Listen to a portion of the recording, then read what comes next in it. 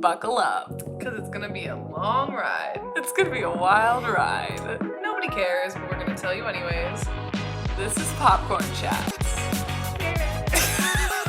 What's up, everyone? Welcome back to Popcorn Chats. I'm MICHAE. And I'm Katie. And we're coming to you. I mean, it's going to be a little separate in between when these two episodes are up, but we're coming to you the next night after we've filmed part 2 because we're back for our Game of Thrones recap coverage. We've been rewatching Game of Thrones leading up to the HBO's newest show, House of the Dragon, the Game of Thrones spin-off show, and we are covering season 8, which we knew we would have a lot to talk about. We were already planning on doing like a season 8 episode and then a Game of Thrones as a whole review, so that way we could talk like more in depth about like character lines that ended, whatever, all this stuff. And as we started recording last night, we quickly rung up like what, 2 hours? Two and a half hours of audio and video footage for me to edit. I'm an employee. I work full time.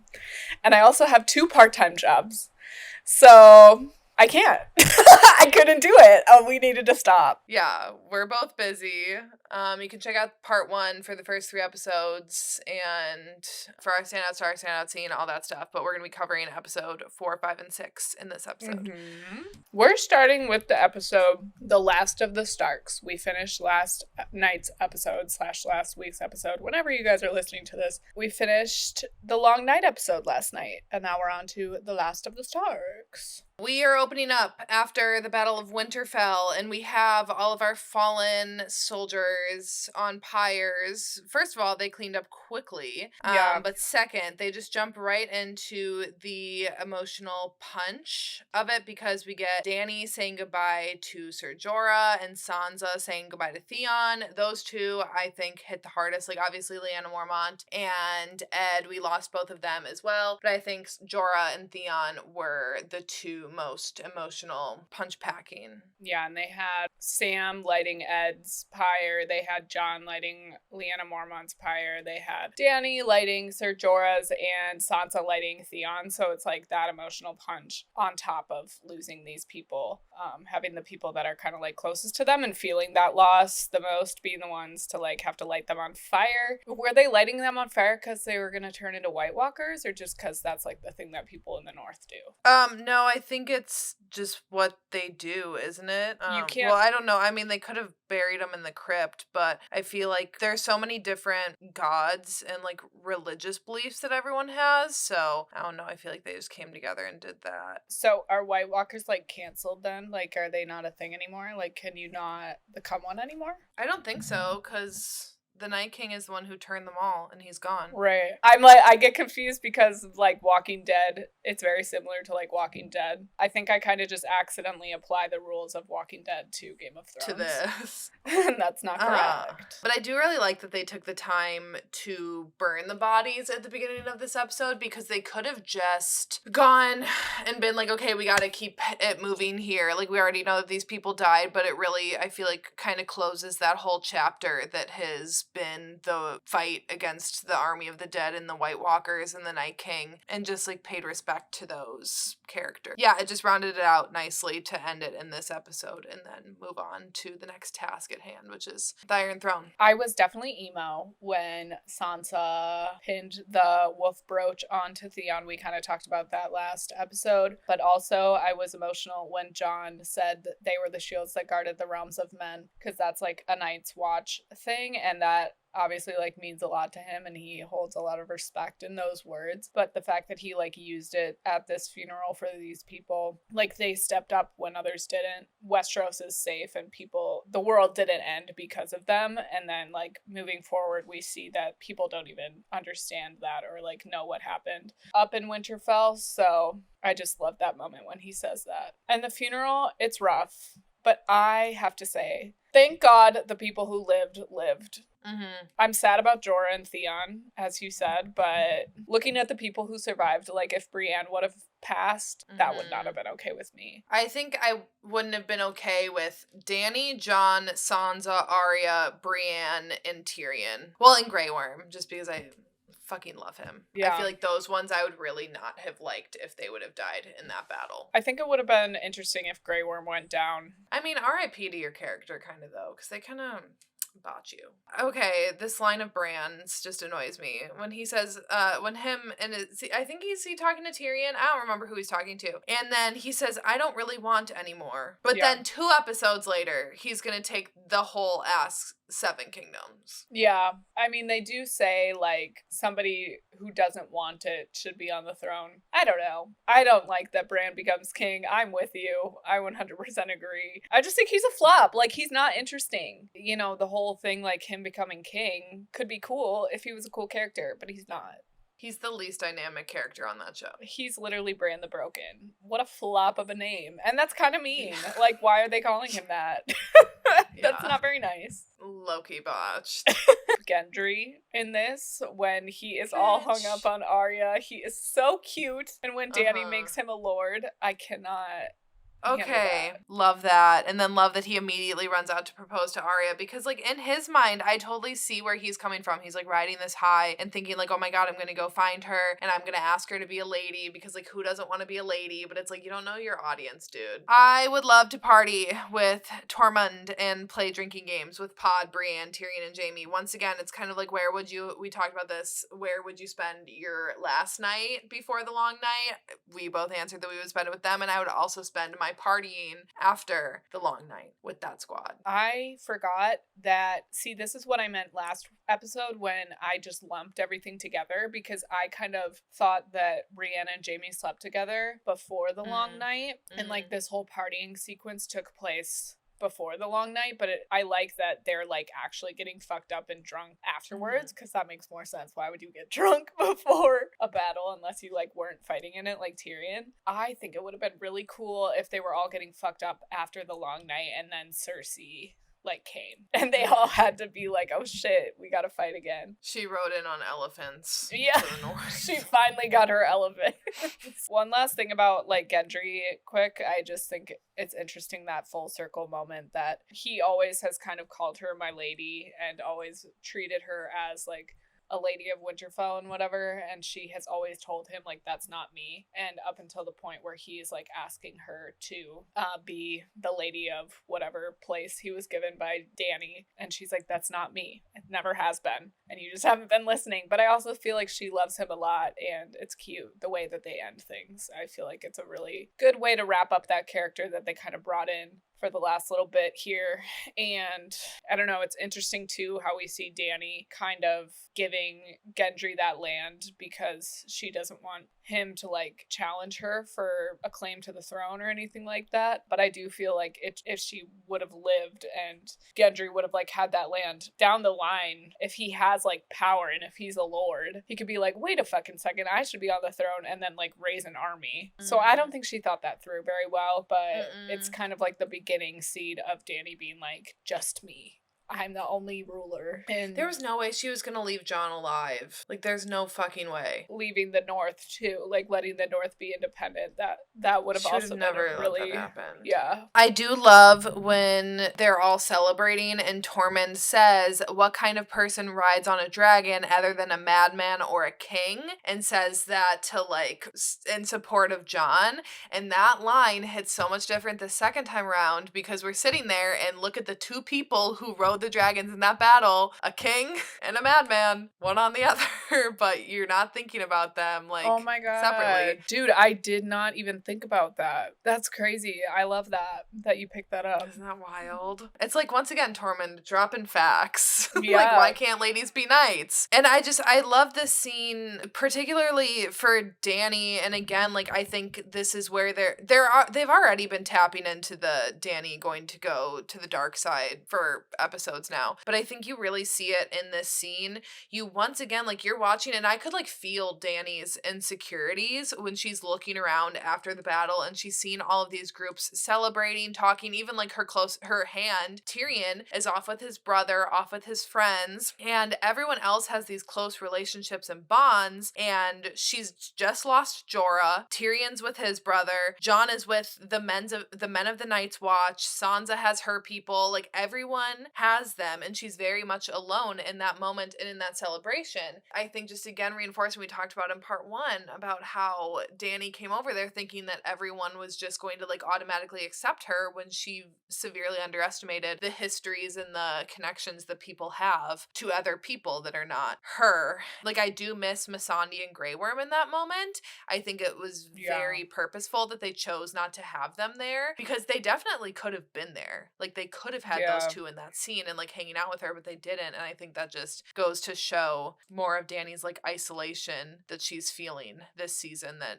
plays into her arc. Right. I still feel unsettled by the proximity of these two different versions of Dani that we really see come out in this season. The like, you know, when somebody says to the Dragon Queen and she says no to Arya Stark, like she saved us all. Like that version of Dani is still very much present. Immediately afterwards, she's like obviously in distress because someone else is being praised besides her. And it just sucks because these people, I think, do have love for her, do acknowledge the fact that she saved them, but they all came together and they all did it together. And I don't think they could have done it without her. And I don't think that's lost on anyone. But why has she been content and able to earn people's love and respect and like show people, or just being herself has kind of led people to love her and call her Misa and like queen and all this stuff. But then in this situation, the fact that they're not all immediately loving her, I guess it does kind of make sense. It's like the glory is a little bit more spread out. Whereas in the past, Dani, when she's liberated huge groups of people or been that savior, she has been the one and only savior. Whereas in this situation, it's kind of like a shared success. I do love the Hound and Sansa's moment of him just commenting on how much that she's changed and that she's not the little bird anymore that she was in the capital. And when she's like without Peter, Baelish, and Ramsay and the rest, I would have stayed a little bird. It is interesting thinking about like what would have happened if she went with him, or if she would have went with Brienne when Brienne met her before being sold off to Ramsay by Peter B, to know that she feels like she is who she is because of the struggles that she's been through, and that's her perspective on the issues. She's strong because of everything that she went through. She has one of the most dramatic like transformations. She definitely does. Brienne and Jaime, when he followed her to her room and he came in, I like literally wanted to scream when I was watching it because I just love them. They have the best slow burn enemies to friends to lovers arc of this whole show, and they just fucked them up. And seeing them in that moment when Jaime's like so proud of being like, I've never slept with a knight before, or he should have just been like, I've never slept with someone who's not blood related to me before, and Brienne's like, well, I've never slept with a man before. Like, it's just such a moment for both of them, like a monumental moment for both of them. Just makes me so mad that they got, I mean, they didn't fuck them entirely up, but like it really makes me angry how their storyline ended, because that moment was so beautiful. Yeah, I truly love Jaime too. Like this first half of season 8 version of Jaime, the scruff, I feel like he's just really come into his look, and he's kind of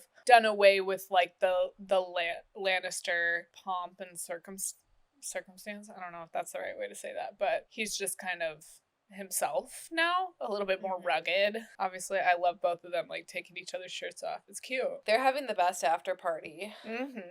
We also get the moment of Jon and Dany talking after the party. Again, kind of how you saw like the isolation in the moment. She didn't like let anything show to the people around her, but then when she's talking with Jon, you just see all of the pain from everything that she's lost up until this point. She's lost one of her children at this point. Jorah, her claim to the throne, basically. Like, she's lost all 3 of those things that have been things that she's been clinging to since season 1. She's had her dragon since the end of season 1. She's had Ser Jorah since the first episode. And she has had this claim to the throne that she's been pursuing since, like, the middle of season 1. And to lose all 3 of those things over the course of, I don't know timeline-wise how many days this is there, but it's, like, just a few episodes. It's It's horrible. And I do see both sides to their argument in this moment. And I always love that. I love when you're looking at a conflict and you look at both sides and you're like, okay, I can see both sides clearly and like make a case for, I could defend either of them in this moment. Yeah, like her and John, like I could vouch for either of them in this fight. Like they both have valid points. Yeah, I 100% agree. I just feel like Dani, at this point in time, like I am still in the mindset of, she has worked so hard and now she's staring defeat right in the face after she has sacrificed everything, lost so much, like you said. I think that is leading her to kind of act irrationally and like love bombing John. Like, he's literally your nephew. Come on. But at the same time, like, I feel her. I get her. Like, when she finds out that Cersei is still calling herself the queen, because they're like, you basically won already. Like, it's no contest. And it's like, but people are still referring to her as Queen Cersei, and that is not okay with me. We're just seeing these little things that are getting under her skin.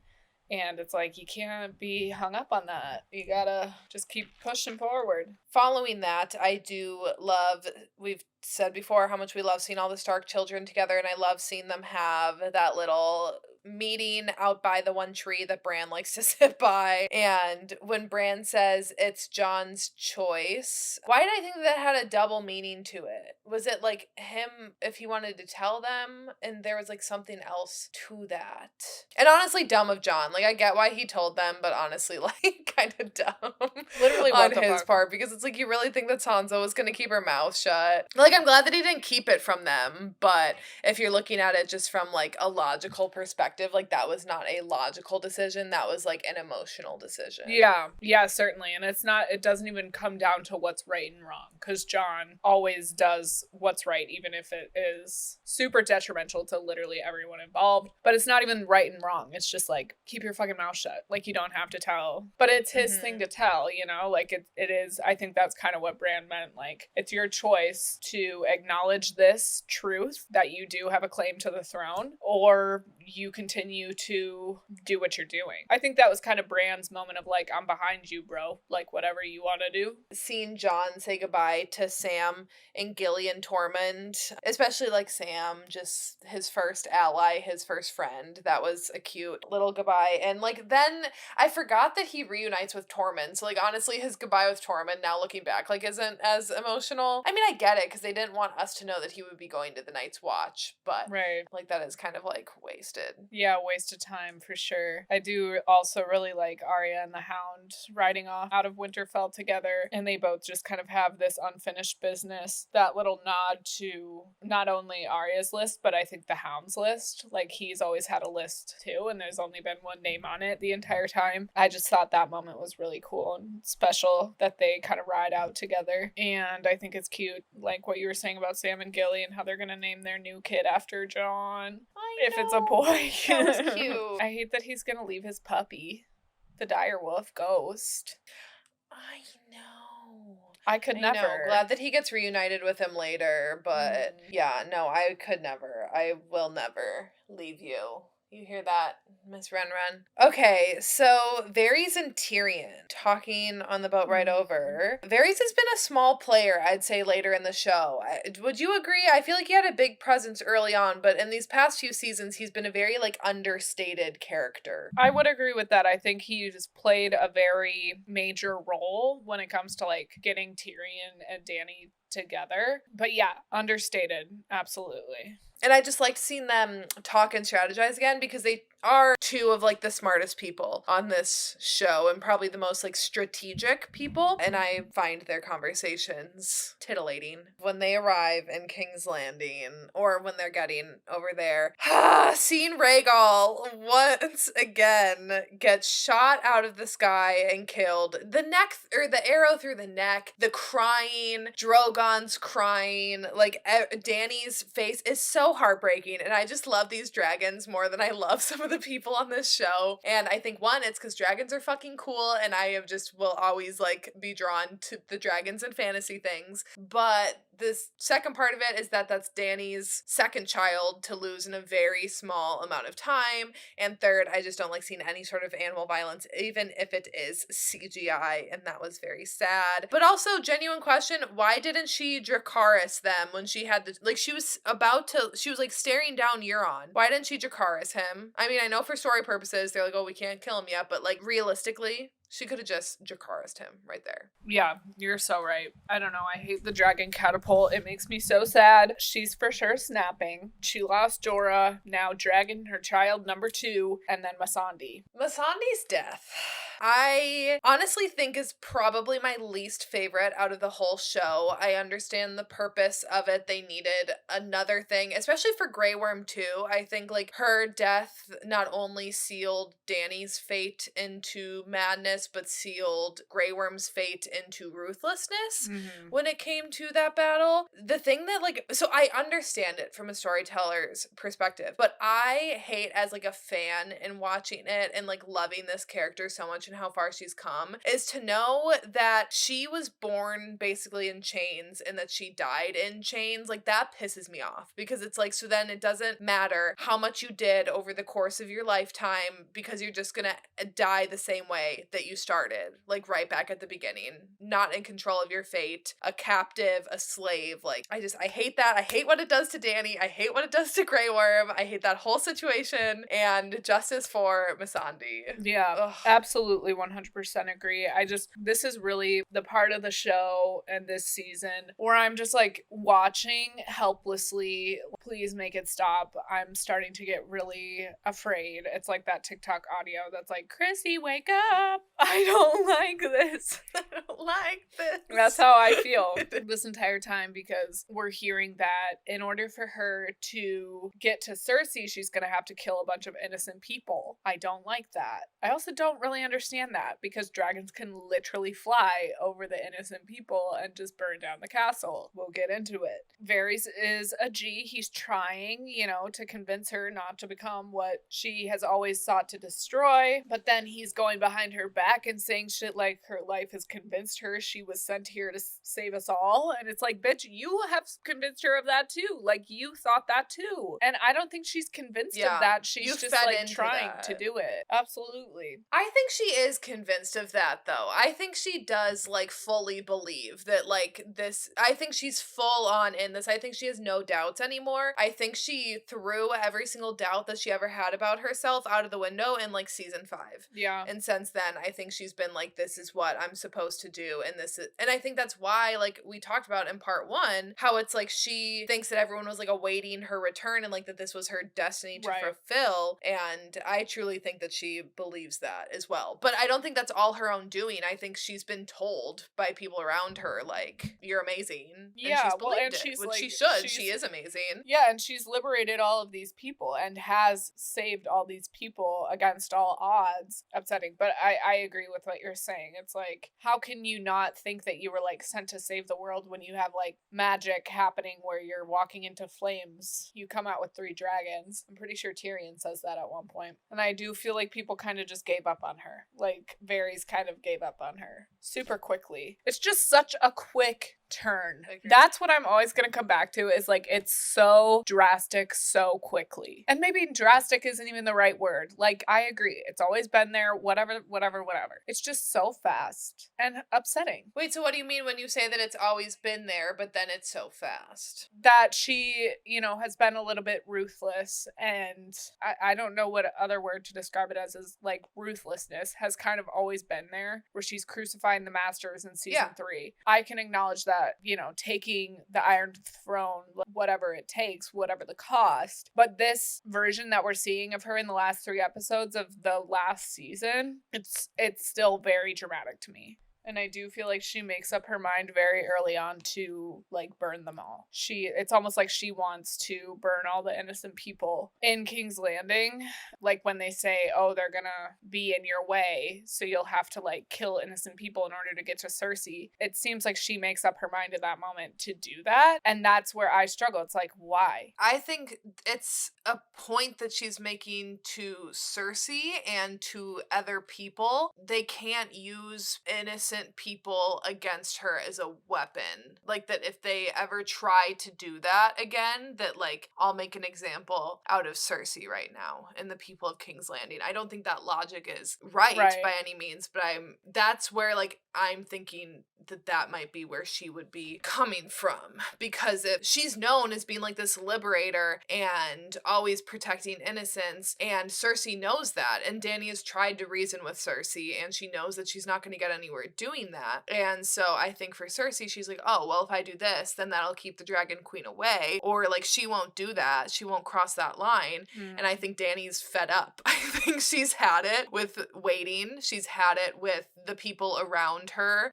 dying, getting killed, betraying her, is like, I'm gonna show you, like, you can't, this is not going to stop me, and let this be known to other people that if you try to pull the same thing, that's not gonna stop me. Again, I don't think that logic is right, but I think, again, she believes that she knows best, which obviously we all think we know best. Right. Yeah, that's interesting for sure. I actually think this late season Dany really reminds me of, was it season 5 Dany or season 6? Where was she when she was with, like, Kings of the Heartbeat? Yeah. I feel like that's why this Dany, like, reminds me of that. Watching it on the rewatch now, looking back, I'm like, oh, this Dany is not, like, I didn't feel like it felt unfamiliar. I think what it is too, it's not what I want to see. It's disappointing. Exactly, yeah. No, it's not what I want to see either. It's just botched when Jaime leaves Brienne. Oh, bitch, yeah. I struggle with it because it's like when she's begging him to stay, and it reminds me of Alex Karev's character from Grey's Anatomy, which I didn't even, like, really watch his departure, but I still feel the same way about it. Like, Jaime has had this huge arc, and for him to be like, no, I haven't changed at all, I'm still the same guy that pushed Bran out the window and has, like, done all this crazy shit for Cersei. That's such a slap in the face to Brienne, to himself, and to the audience, bitch. Like, are you fucking serious? Why? I hate it so much. I hate seeing Brienne reduced to begging, first of all. I'm like, no. Yeah, don't make my girl Brienne beg like that. And I hate what it does for Jaime's character, and I just think that his and Cersei's goodbye felt final when he left for the North. Like, she pushed him away for an entire season. She pushed him away for seasons, but I feel like in that 7th season, she just once again showed how unappreciative she is of him. And, like, yes, I know she loves him, and obviously you see that when he shows up, like, in the 5th episode and stuff, but it's just so frustrating to me for Jaime's character. It's only giving Cersei comfort. It's, like, not for Jaime, it's for her, and I don't like that. She should have just died alone. I don't know. And then Cersei's fucking crazy when Tyrion is like, I don't want your child to die. She's still like, bye, I'm a crazy bitch. You got issues. The bells. We're here. We've arrived to it. The bells. Is this me? I feel like this is a Mandela effect. I thought this episode was called For Whom the Bells Toll. I did not know that it was called The Bells. Like, I had that in my head, that it was like For Whom the Bells Toll. Really? I didn't. I don't remember. So off the top, we're going to be discussing a lot of deaths.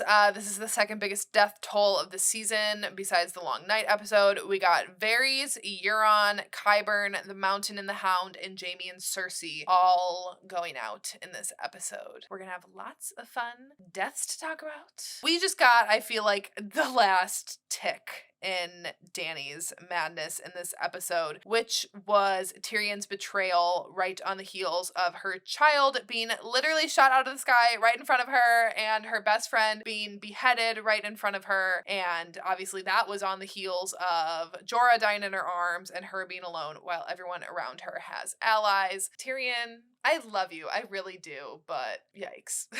Yeah, don't turn on your homeboy Varys. You're literally alive because of him. I really don't like that. Out of all of the people that Dany killed, I think Varys is one of her more justified ones because, like, when you look at it, Varys, he says he's loyal to the realm, and fair enough, but that doesn't make him loyal to a person. So, like, for Dany, she was already, like, very hesitant about letting him into her squad, and she did. She allowed him to do so and was like, but if you betray me, you know, like, watch out. And I feel like fair, he betrayed you. He tried to undermine you. He tried to get out that you are not the actual true heir to the throne, which is not like a small secret. It's not like, oh, hey, Cersei's banging her brother. You know, it's not something like that. This is literally like her entire life's journey that Dany has been on. So, Dany, I kind of get it. I kind of get you're killing a Varys, but I like when she burns Varys, how he's like, I hope I'm wrong. And I was like, Varys, I wanted you to be wrong too, my dude. I really fucking did.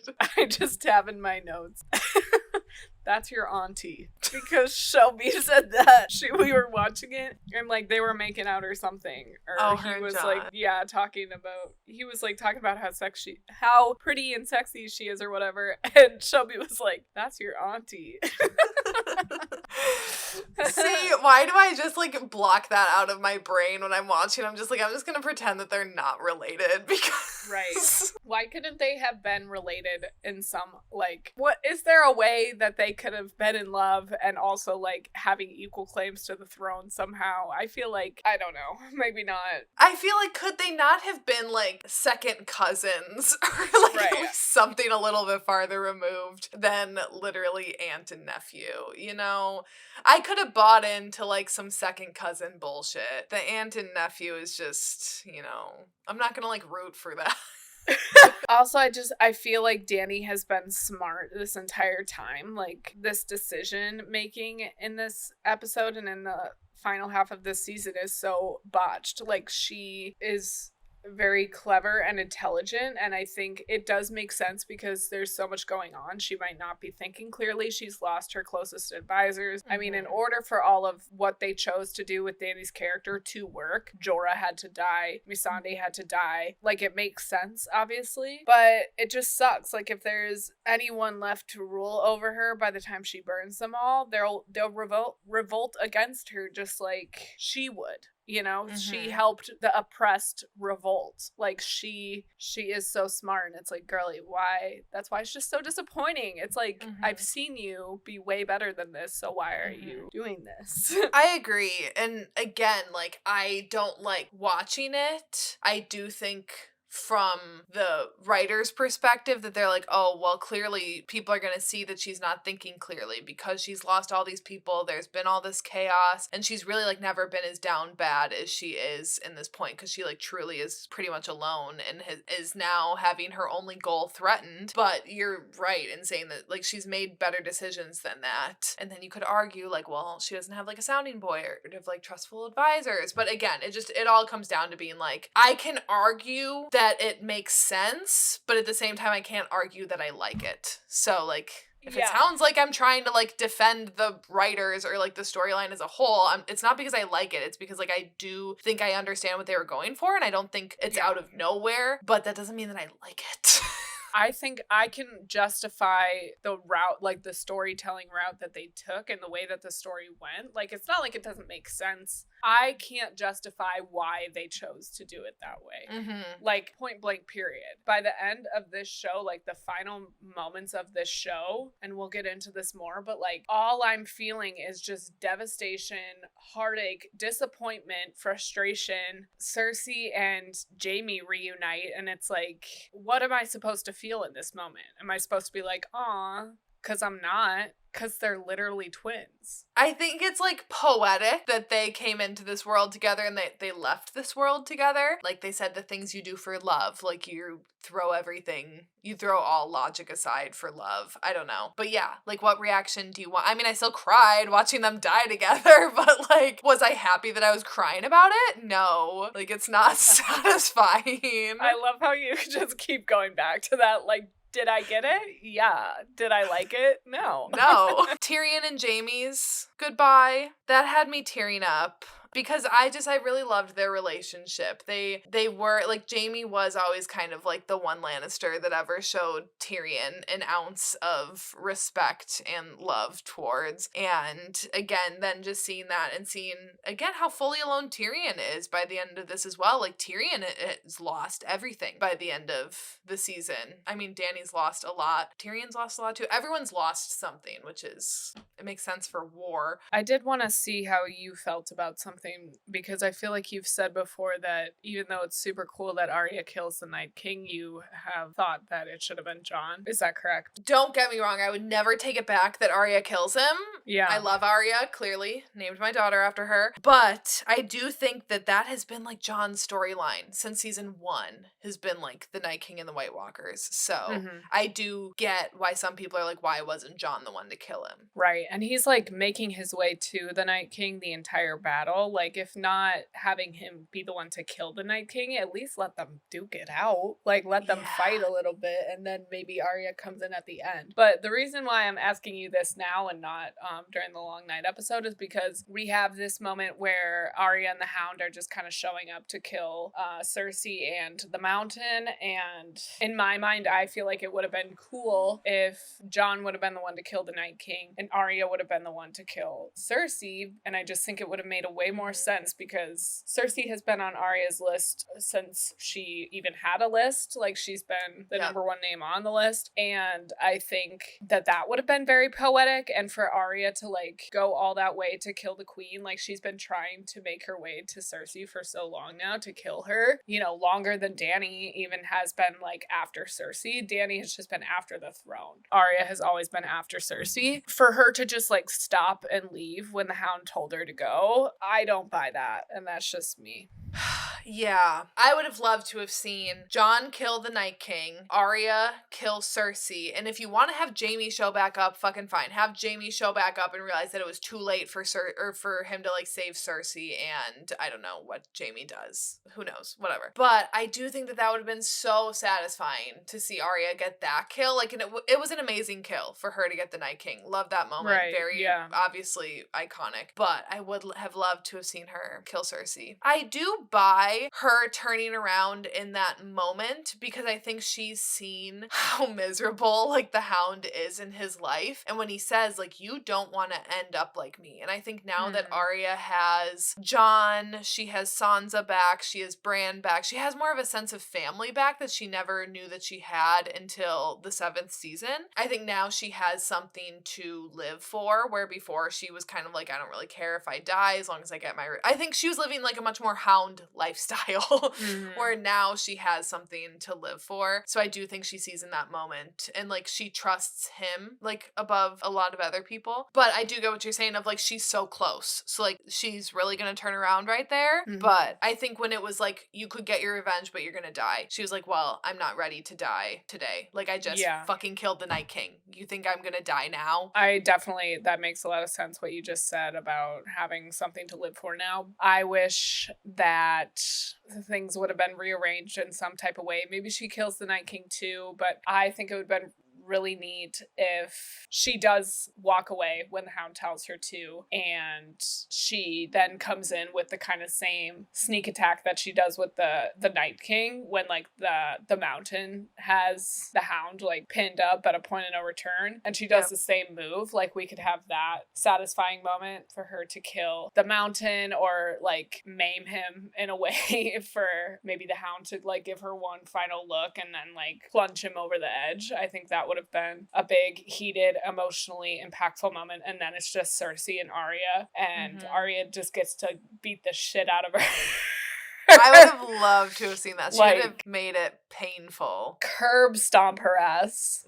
Come on with the come on. That is so funny. Like, Cersei needed her ass beat at some point over the course of this show. And the closest that she got was this shame walk. But like, because she is such like this big talker, I would have loved to have seen Arya even like throw Needle away and been like, we'll fight hand-to-hand combat. Like, that would have been so great. Like, I want to see that now so bad. Like, it just being the two two of them and Cersei like trying to run away. That would have been so funny. I want to talk about your thought on this. What do you think about the choice as the attack starts on King's Landing that we get it from the ground's perspective instead of Dany's perspective in this battle? Because we always get Dany POVs on the dragon of what she's seen when she's fighting in battle. You always get it from her perspective and like up in the air, looking down below. But in this case, we are getting it all from grounds people's perspectives. What do you think about that choice for this episode? I hate it. I don't think it's good because we lose her. I don't want to see her like being a menace on the dragon and like to be cutting from the people screaming and burning alive to her on the dragon would be horrible for someone who loves her the way that they had to have known that we did, because otherwise I feel like they couldn't show us her in that moment. Otherwise we would have just hated it more than I think most of us already do. Yeah, to lose her for those 30 minutes and we're just seeing this carnage and destruction and awful like terrorist attack.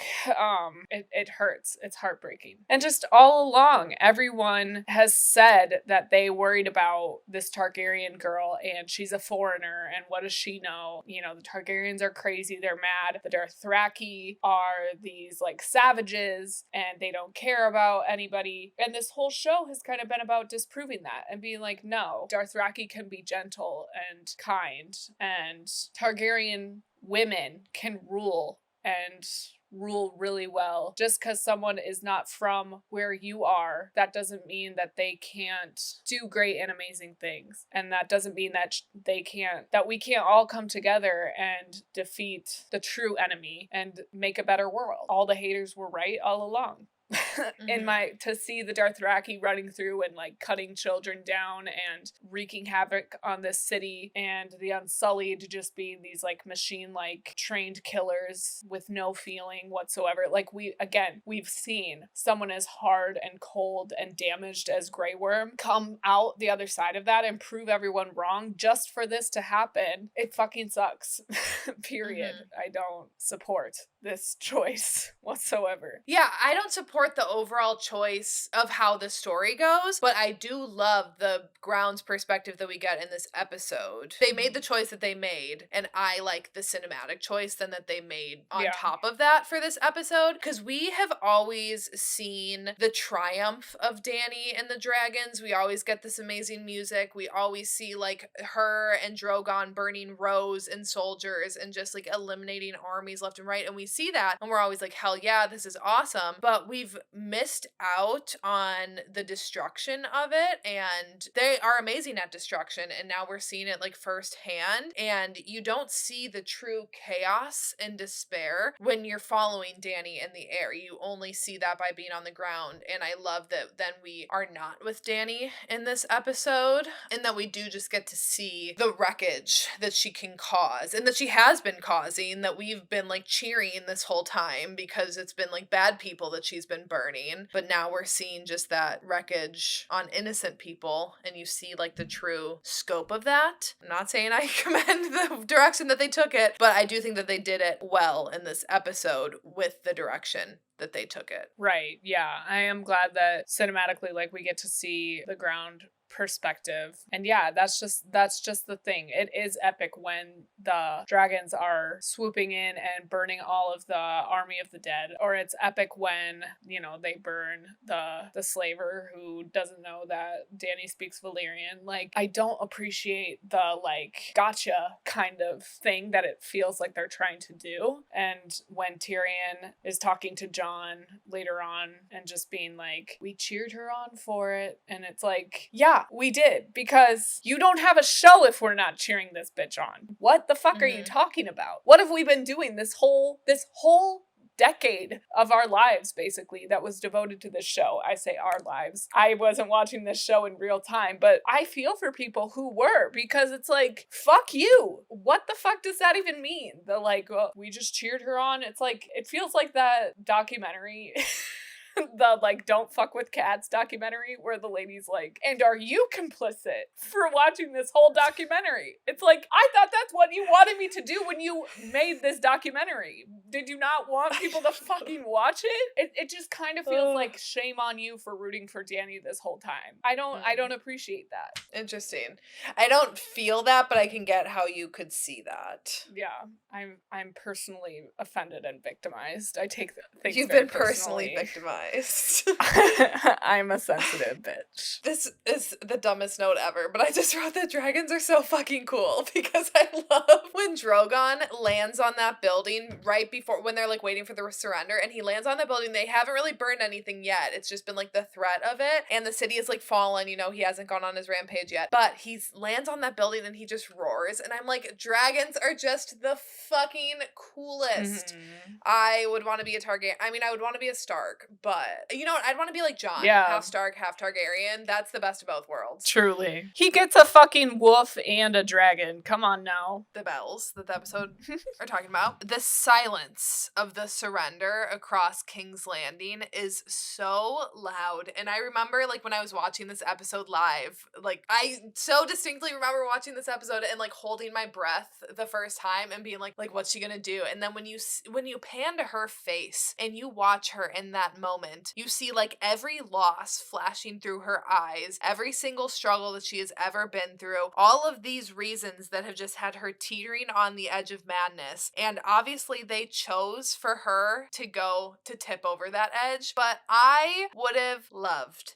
if you would have seen her on that, so close to that edge of going mad, so close to burning it all down, and she pulls herself back. And like, you see that struggle, like keep that scene exactly the same, but then she pulls herself back at the last second. And oh, that would have just been so much better.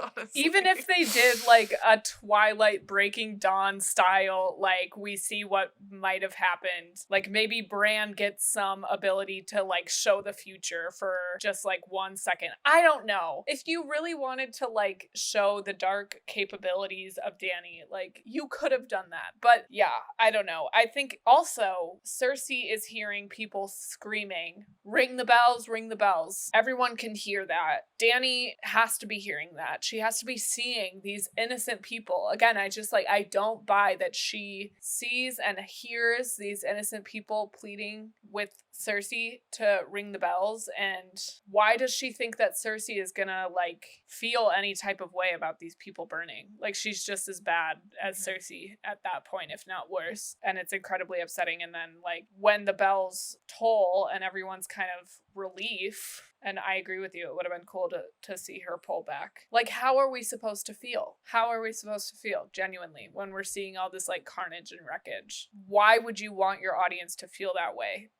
In the second to last episode. I think we're supposed to feel the same anguish that Jon and Sir Davos do. That goes ignored. And then you see the Unsullied rush forward and start fighting, and how they are the only two that are like, no, stay back, like stand back.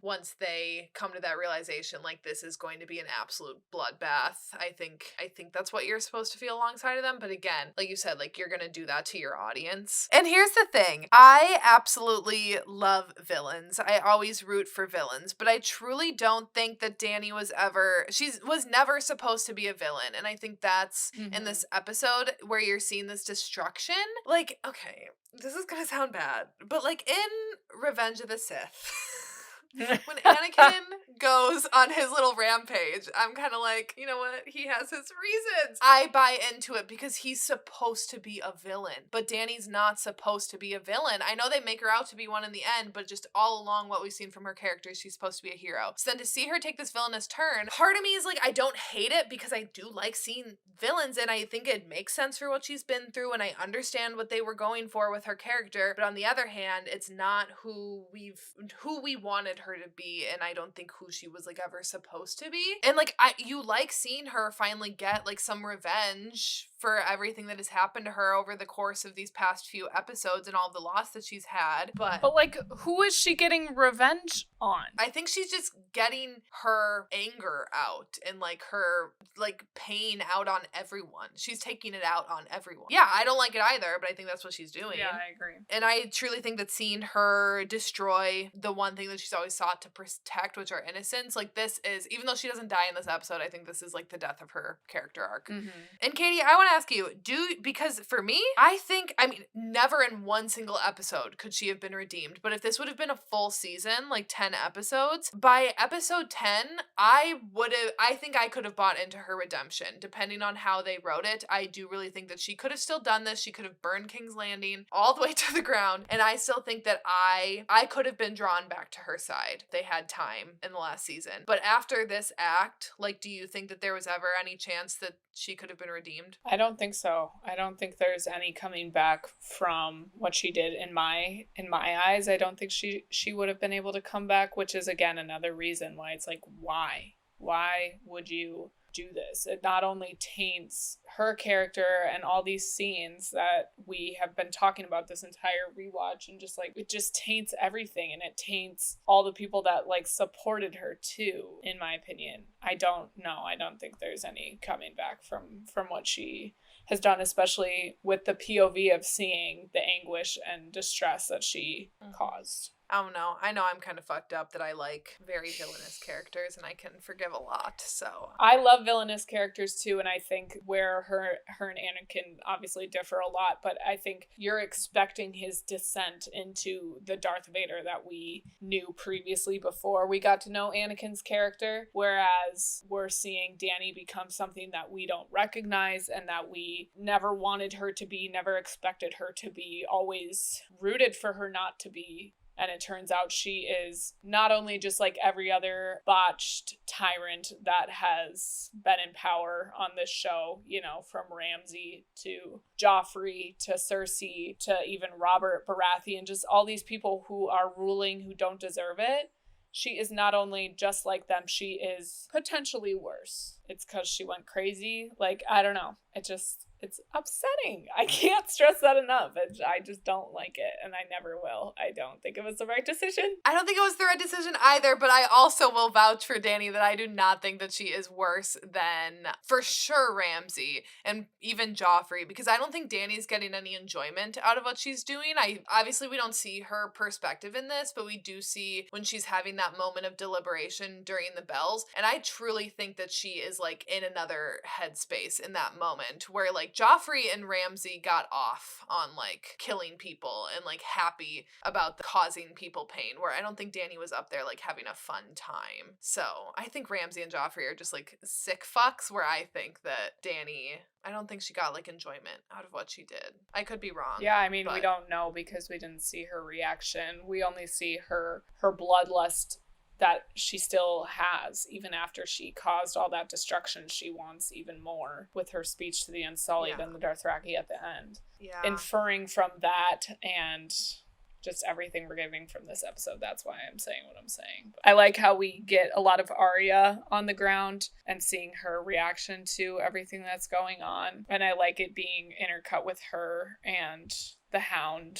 fighting. Well, the Hound's fighting the Mountain. And then the mom from the beginning, like, helping Arya up, and like the Hound being beaten down too, and we're both kind of like, get up, come on, both of you gotta get up and keep going. I love the choice to follow Arya on the streets, because then it also has a vested interest of the audience, not only just in innocent lives, but it's like, are innocent lives enough to like entice you on the ground for this long sequence of a time? Not for me. Yeah. Like I said, I don't, like, I'm scared. Well, that would have just been a lot. It's just like a lot of destruction. Like, it's giving, like I said the other night, like Titanic, or honestly, it kind of feels like watching 9/11 documentaries. Like, it's just, and maybe that is like really offensive to compare it to because this is fiction. It's a lot of like death and destruction and unpleasantness, and to have a familiar face within all of that, obviously she's in danger and we don't like that, but I 1000% agree with what you're saying. The best way to follow the episode. And the showdown of the Hound in the Mountain. Great. Again, like we said, there's a lot in this episode that we don't like, but there are still great moments in it, and this is a great moment in this episode to finally see the Hound accomplish what he's wanted to do his entire life. Like, before we've even known him on the show, since he's been a kid, like, he's hated his brother, and we've known that he's hated his brother and what he did to him. So to see him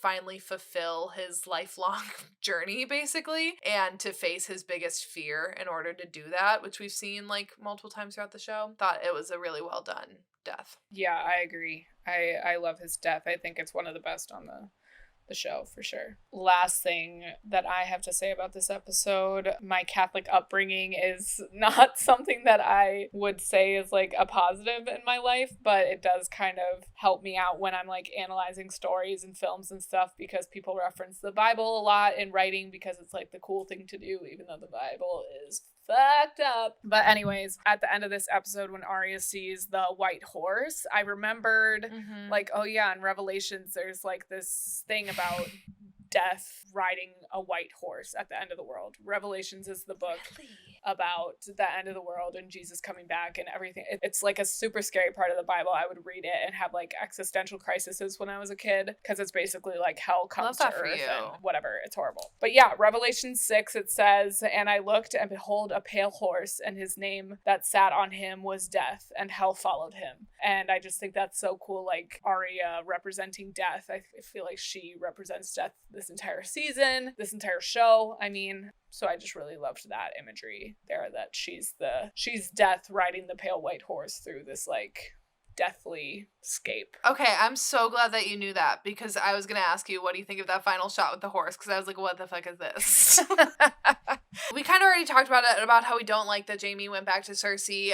Their final moment was nice, like it got me in my feelings, but like, again, kind of, what do you want me to get out of this? Like, am I supposed to be happy that Cersei doesn't die alone? Am I supposed to be happy that her and Jaime died together when like Jaime could have lived his life out with Brienne? Like, like, I don't know what you're trying to accomplish. Jaime's death is one of the most frustrating for me. It feels like just a waste overall. Like, it feels like a waste. You and I are both writers, and we just think so much like as storytellers, and being a storyteller is all about conjuring emotions and evoking emotions. And this show and these creators, everyone involved in the making of this show, like they're so good at giving us those moments that just really send a tingle through your body, or give you the chills, or make you cry, make you laugh, whatever. These character dynamics and like crossing paths and bringing people together, like they have proven time and time again their ability to do that, and like their ability to have these big payoff moments, right? And then so to get this very strange compilation of, we have Dany, the character we've been rooting for this entire time, burning innocent people alive, and we're getting a full front facing view of that destruction. Then we're having the two incest twins who we have been actively like rooting against the entire series, reuniting for their final moments. And then like who was rooting for them? No one. No one wanted them together. Also, before that, we have this like fight between Euron and Jaime. It's like, oh yay, what I've been waiting for this whole time. It's like, what the fuck is this? Like, in the Long Night episode we're seeing, and episodes before that too, we've just had so many moments where it's like, wow, this is so cool that these characters are finally interacting, and like this is so satisfying to be met with this like uncomfortable, unsatisfying, unpleasantness of the Bells episode and everything that kind of follows. It's like, what the fuck? You had to have known what you were doing, because you knew what you were doing this whole time. Like, your ability to create such an amazing show to then just flop like this is horrible. I forgot. We literally didn't even talk about him, but that's because Euron is the fucking blister of the last 2 seasons of this show. He is so unnecessary. I literally hate every single moment that this man was on the screen. Like, killed off Peter B, thank you, because we fucking hated Peter B, but then you had to add Euron in the mix. Like, his whole fight with Jaime, I was, like you said, like, we're wasting time. I don't give a fuck about this character. Like, have him die. He should have been Dracarys earlier and just, like, been done with him. He's so botched. Yeah, absolutely. Because then heading into the finale, the Iron Throne, episode 6. Think this. Jaime does not go to Cersei, and Cersei dies all by herself, like the bitch that she deserved. She deserved to die alone. She literally deserved to die alone out of all these characters. But imagine, because Tyrion uncovers Jaime and Cersei, and I'm crying in this moment. Like, it's very emotional, but could you imagine if it was Jaime uncovering Cersei? And, like, that was his final thing of being like, you know what? I don't want to go and be with her. I don't want to die with her, but I need to find her. And at least, like, if he wanted to find her and give her, like, a proper burial or something, I would have been all for that. Like, fine. If he needs to give that to, like, have the peace inside of himself that he needs, fine. And I think that would have been so much better. I think that would have been a way better choice to have him doing the uncovering of her than Tyrion. Yeah, there's just so many different routes they could have taken with that regard. I truly feel like I wish that Cersei would have gone to Winterfell with her armies to fight the army of the dead, and then after that fight ended, they all turn on each other, and maybe we have a moment where Jaime dies for Cersei or something like that. Like, I could see that, you know, like him not really knowing what side to choose. In that moment, I think that would have been awesome for Jaime's character. And yeah, 1000%. I completely forgot that Tyrion, like, finds them and sees their dead bodies, and like we see their dead bodies. I was not prepared for that. I forgot that happened. I thought we just saw like Jaime's hand sticking out and that was it, but it was very jarring and it spooked me a little bit. It made me sad. I feel like I needed to see that, and I think the audience had to see that, because otherwise you always think that there's a possibility that they're still alive. Body or it didn't happen. Sometimes you do get the body and it still is like they're alive somehow. Pretty little liars. Oh my god, I can't wait to rewatch that. We talked about in season 6 how like satisfying it was to see the Stark banner unravel on Winterfell and like seeing that reclaimed, and seeing the Targaryen banner wave at the Capitol doesn't fill me with pride like it used to. Like when you used to see it sailing, like when you saw her ships sailing on the seas with that banner, it was like a proud moment when you would see it in other places, and seeing it wave there like among ruins. Like, it's not a proud moment, and it's not supposed to be. I don't think you're supposed to look at that and be like, yay, go Dany for how you did this. But it is just an odd feeling looking at it in a very different light. Yeah, and her speech and how she's like giving us off this very like dictator vibe, where it's more, it's reflective of these kind of victory speeches that she's given to the same group of people, you know, the Unsullied and the Dothraki, many times where we feel like this huge pride and huge, you know, excitement for her, and then in this it's just like disappointment, and it's a slap in the face. And also, it upsets me because I just feel that the friendship between Tyrion and Daenerys is so beautiful, and it's one of my favorite parts of the latter half of this show. And it's one of my favorite crossovers, is Tyrion and Dany. It's so beautiful because his brother killed her father, and they come from two completely different walks of life.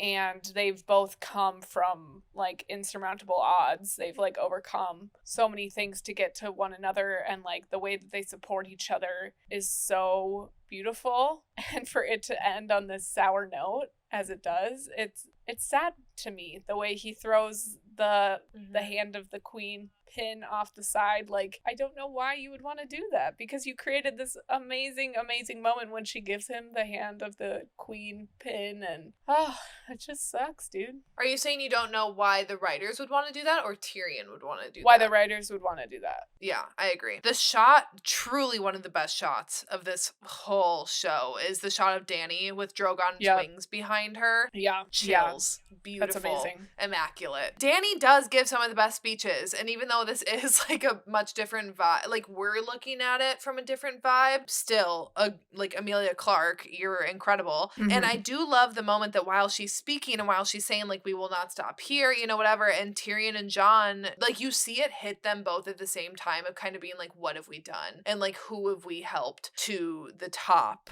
And they have that moment of realization together like that. And then I liked their conversation afterwards, you know, after Tyrion throws his handpin and he's taken captive by Dany, because once again, I see both of their sides in this. I see where Tyrion's coming from. I see where Jon's coming from. And I don't think either are wrong. I don't think either are right. I think they both have valid points. But I do agree with Tyrion when he says that she so believes that she is right and good, and anyone who challenges her will be taken down, which then, you know, Jon kind of like puts to the test when he goes and talks with her. Not saying that I like it, but it's how they decided to go, and it does make sense here in this moment, like how they put it together, and that she's gone too far to come back from this, because really what is another person here or there when you've just burned an entire city? Right. Like there's no one's off limits anymore, and I think they both realized that in this moment, and that's scary to them, which it should be.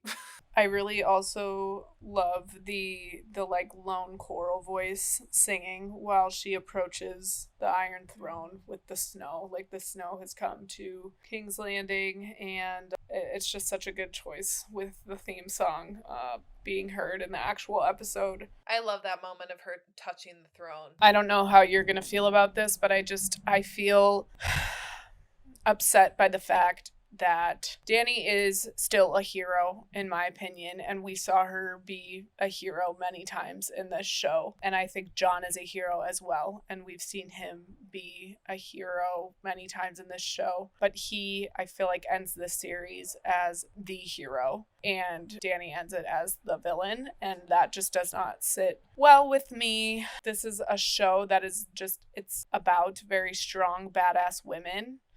And to reduce Dany to the villain and reduce Brienne to a heartbroken, you know, begging him to stay person, which is fine. She's allowed to feel emotions, but then she's like writing about him. She's writing about a man in the book. Like, I don't know. It's just, I don't like it.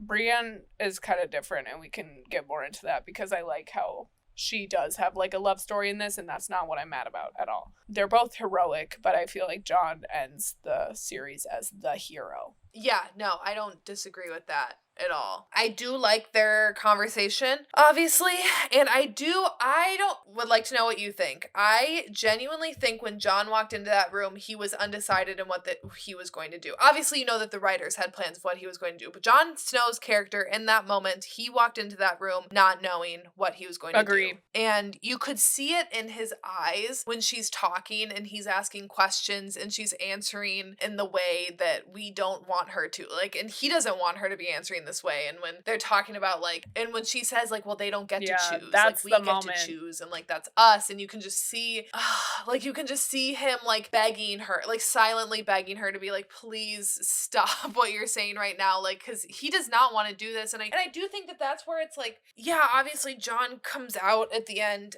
as like the hero, which I don't necessarily like that, but I do at least like that in this moment and everything that happens, you see it and you know that he does not want to do it, that it's like thing that he wants like the least in the world. You know, he didn't walk in. Really, if it would have been like Varys or Tyrion, like I don't think they would have gotten satisfaction out of it, but I think that they would have been like, you know, whatever, like it has to be done. Like I think he would almost rather like hurt himself than hurt Dany, but he knew that for the good of people, he had to do what he did. I think he definitely knew that Tyrion was correct, what he was saying in the jail or whatever. But I agree with you that I don't think he had made his mind up about what he was going to do.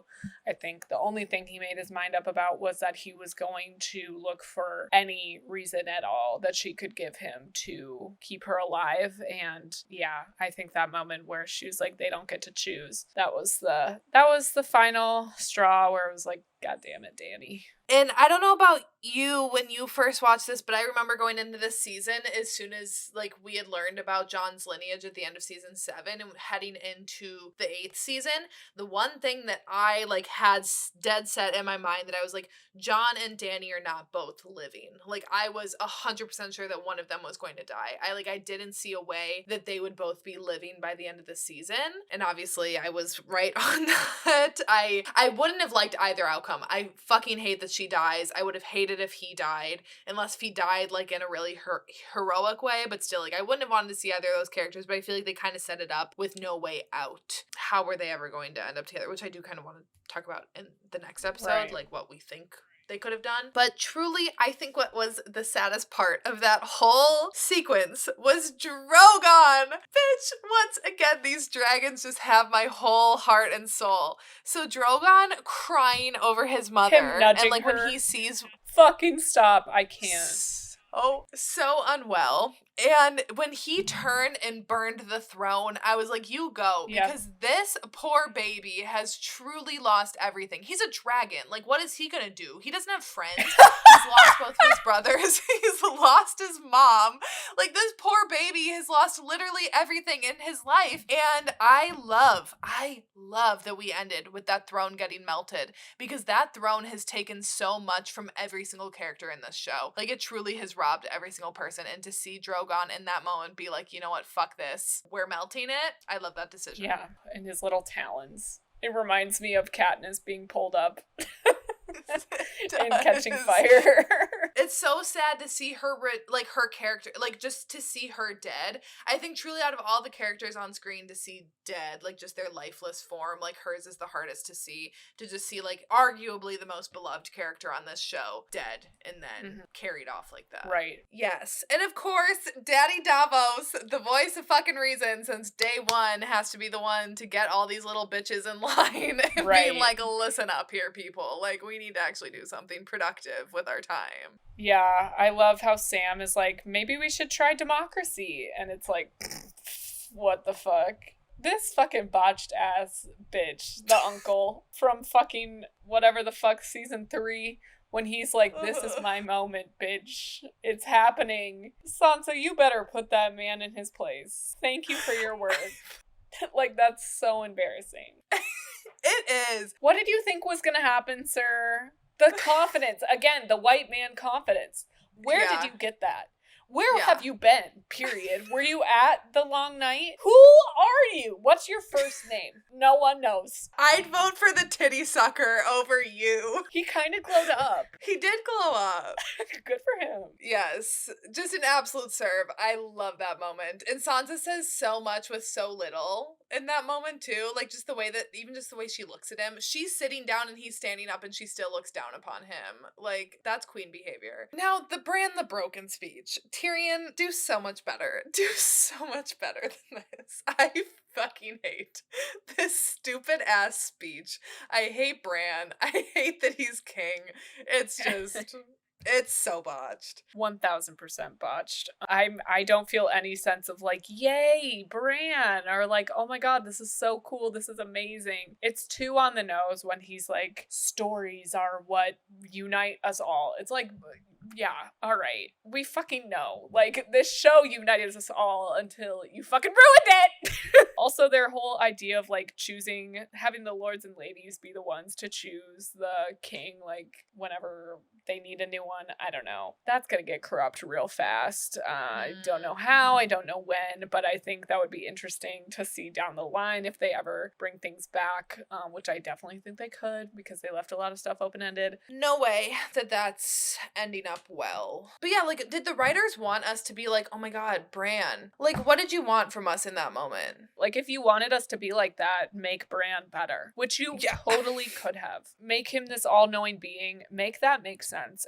Like, it's just weird. Make him have a personality. We're headed into all of our send-offs here. Jon sentenced back to the wall. At first, I was angry about that when I first watched this show. And on the rewatch, actually, I don't necessarily hate it because of him being able to be reunited with Ghost and Tormund and the Wildlings, you know. Like, I don't hate it, but I don't like it either. I think he belongs in the North, and I think, again, with a potential spin-off, it would be interesting to see him kind of being a leader in the wildling community and, like, living with the wildlings and kind of having this, like, coexistence between the Night's Watch and the Free Folk. I'm indifferent towards John's ending, to be quite frank. I figured you would be. I love that Grey Worm is headed to Noth. They really botched him at the end of this season here. I don't like what they did with his character whatsoever. That, once again, it felt very reminiscent of Missandei being born and dying in chains, that Grey Worm was a killer from birth and he turned into this machine killer at the end. Even though he didn't die, that's like how we see him at the end, and I don't like that. But I do like that he's headed to Noth. The Star Kids saying goodbye. That was truly such a highlight. They're always going to be family and they're always going to be connected. And I hope that they reunite down the line at some point. But it's very beautiful. And I think all the match cuts too, when it's like the match cuts between Sansa and Arya and Jon putting their swords together. It's hard to explain actually with words, but visually it's just so cool. Like, even though they've parted ways and they've said their goodbyes, they're still connected and they're still Starks and, like, upholding these core values that they've always kind of had, but moving forward in life with these, like, new experiences and knowledge that they've gained. I love that we do end the show kind of following the three of them after, like, we still have some other character shots, but, like, then that we have this chunk of, like, the mirroring shots at the end, because even though this is a show that has followed like, it's a cast show, it's an ensemble, like, they have so many characters, the Starks have kind of always been the main ones that you're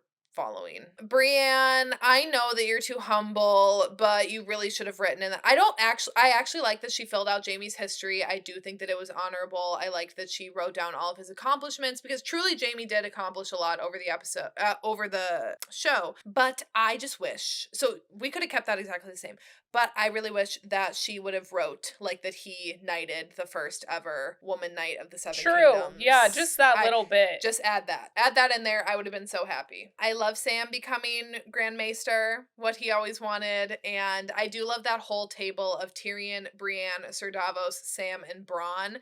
I do think that that's a pretty solid group to be leading. Like, you can kind of look at that group and trust. I think you can trust all of them except maybe, like, Bronn. I don't think Bronn's the most trustworthy, especially to be in charge of coin, but, like, okay. I think that that's, like, a good crew, though, to be leading moving forward, and, like, that you feel like people are going to be in good hands with them. And then we have Arya going to go sail what's west of Westeros. Love that for her. My favorite ending, which is Sansa being Queen of the North. Absolute chills. I was crying watching that scene, like, just seeing that. I think she is my favorite ending of the show by far, like, my favorite character, and how hers ended. Who's your favorite? I would have to agree. I think Sansa, for sure. Or Tyrion, I guess. Tyrion being the hand of the king. I just have one last question, and obviously we will dive into this, so you can tune in next week for when we're going to be talking about the show as a whole, diving way more into character arcs as a whole, what we would have liked to have seen, favorite deaths, favorite characters, all that good stuff next week. Just, like, kind of, I'm looking for, like, one sentence.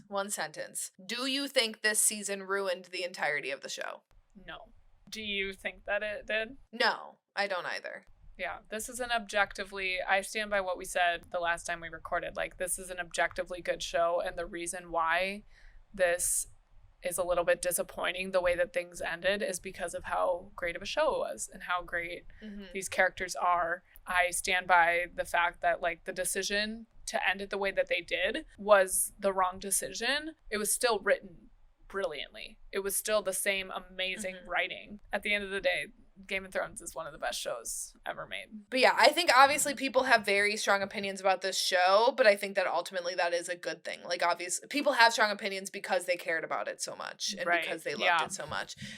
And if they didn't, people would have just been like, whatever. People would have been mad no matter what they ended up doing, but they made a lot of people, the majority of fans and people who watch the show, mad. Upset. So, no, I would have loved to have seen or, like, heard what their other options were. Yeah. I would love to sit down and talk with them and be like, so what other routes did you have and why didn't you go with those? And why did you choose to go the way that you did? No, but I agree. I would love to hear the decision-making process and how they thought people were going to react. I would love to just hear their reaction to people's reaction. Are they regretful in any way? Mm-hmm. I have a lot of questions and I would love to sit down with them for sure. Yes. Because I think if they listen to they're never going to listen to it, but I think if they listen to our podcast, they would see that we understand. Mm-hmm. We understand what they were going for, but we don't fucking like it. No.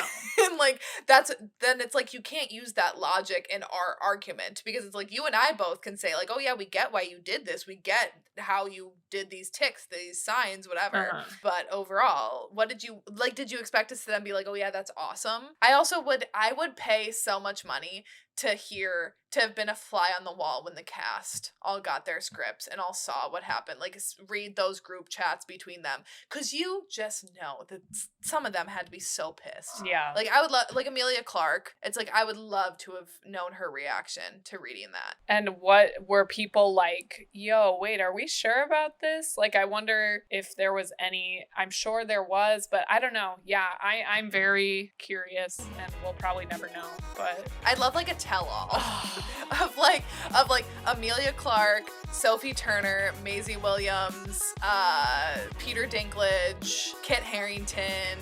That's it. Yeah, tune in next time for our last Game of Thrones episode before House of the Dragon. Stay well, stay safe. Yep, we'll be talking about, like we said. Oh yeah, okay. We're lagging so much. Fucking Lilas. Lilas.